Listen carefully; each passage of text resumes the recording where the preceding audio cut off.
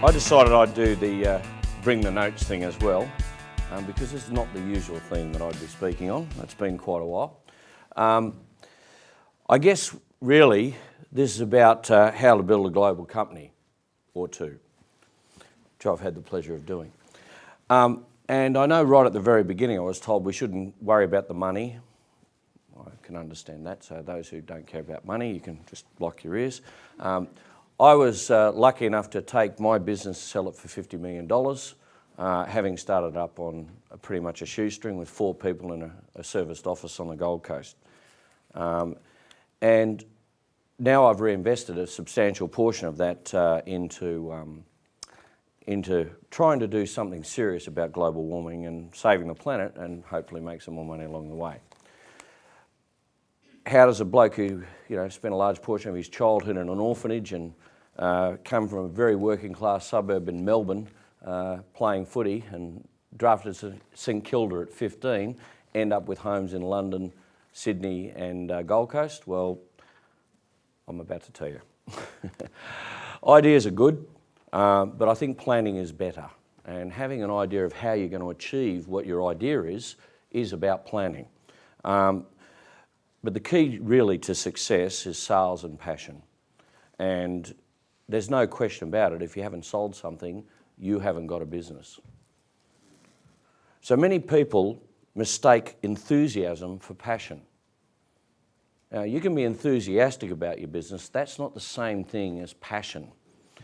And I think that to be really successful, you must want to win. I mean, we didn't have a pot to piss in pretty much, so we had sport. Okay, and I was very pleased to hear the previous references to sport, even though they had to depart.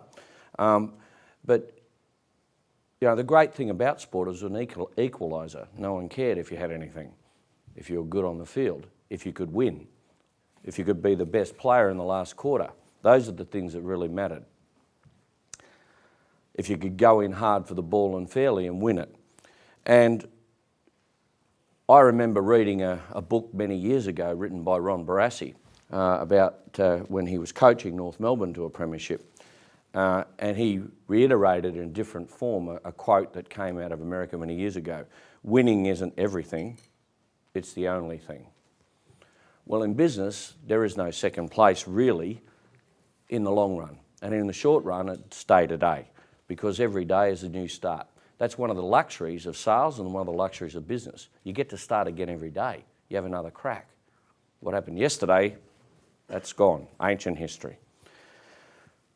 So one of the things I realised is that what I knew about business you could write on the head of a pin. So I figured I'd better start reading stuff. Because I'd been in the Navy, I was a computer engineer. They taught me how to repair weapons systems, which is pretty cool, to kill the most people with the least amount of bullets. I did 9.5 years in the Navy, came out and thought, now what do I do? And after I worked out that in civilian life, in computer engineering, everybody you went to see hated you because their machine was busted. So I didn't make it, mate, I'm just here to fix it, So I realised this wasn't going to quite work for me, so I decided I'll do something easier. Sell bulk frozen food, home delivery, to the western suburbs of Sydney. Everyone's got to eat, right? That was my optimistic take on it, right? So I think that what I learned then is you've got to learn to listen, and you've got to be able to listen to learn. You've got to learn also how to manage, but to lead. And leadership is more important with a hunger ship to win for every person if you're going to build a business, you've got to be able to lead people. There's no question about the fact that practice makes perfect is bullshit. Perfect practice makes perfect. So most people in business don't bother to practice, to be honest. I don't see enough of it in sales. I practice relentlessly. I can remember beating the crap out of myself in the car because I didn't close the sale. My car was like driving around in a hairdryer because I couldn't afford air conditioning, so I could have gone on that shitbox rally, no worries. I just had to keep driving.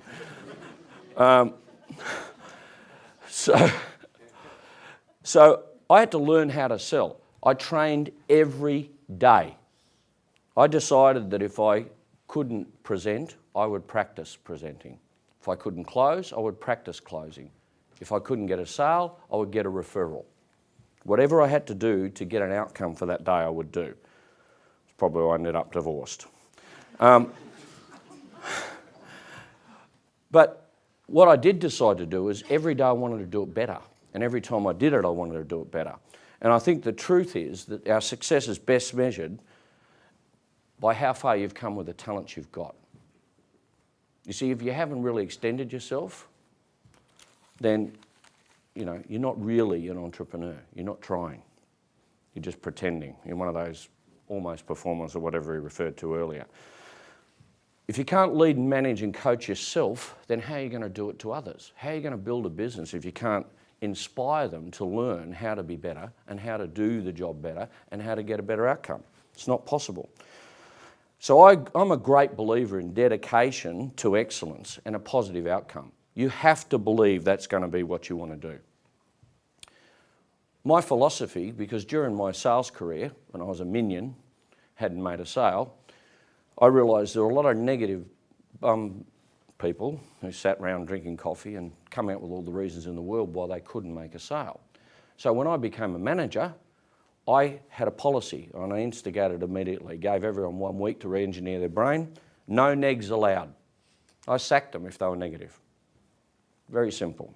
Goodbye, have a nice life, do something else. What I did do, however, is I was determined never to give up. I once door knocked 57 homes before I got my first appointment.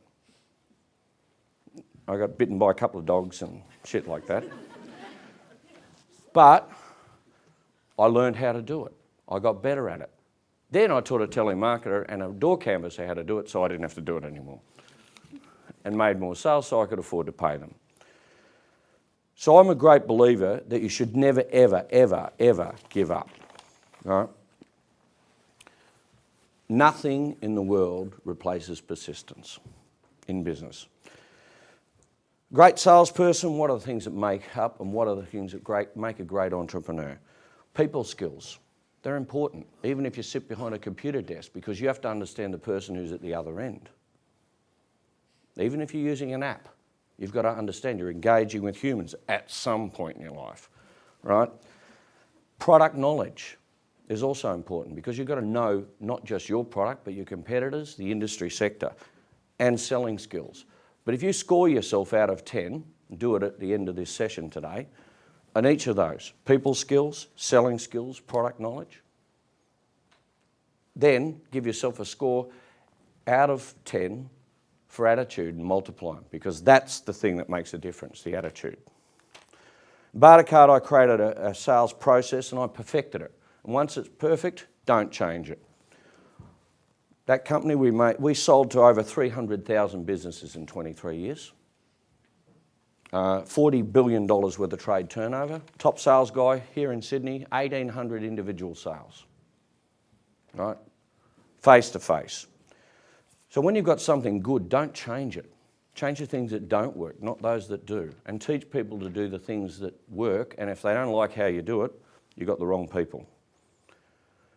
What do I want to do today? What's my passion? Well, Kylie's description of my business is slightly different. In actual fact, what we do is allow businesses to offset their emissions by buying carbon credits from companies that are already doing something to combat global warming. So it's a finance solution to fund combating the problem, taking money from those who consciously decide to do something about it, or unconsciously if the government decides to do something like everywhere else but Australia.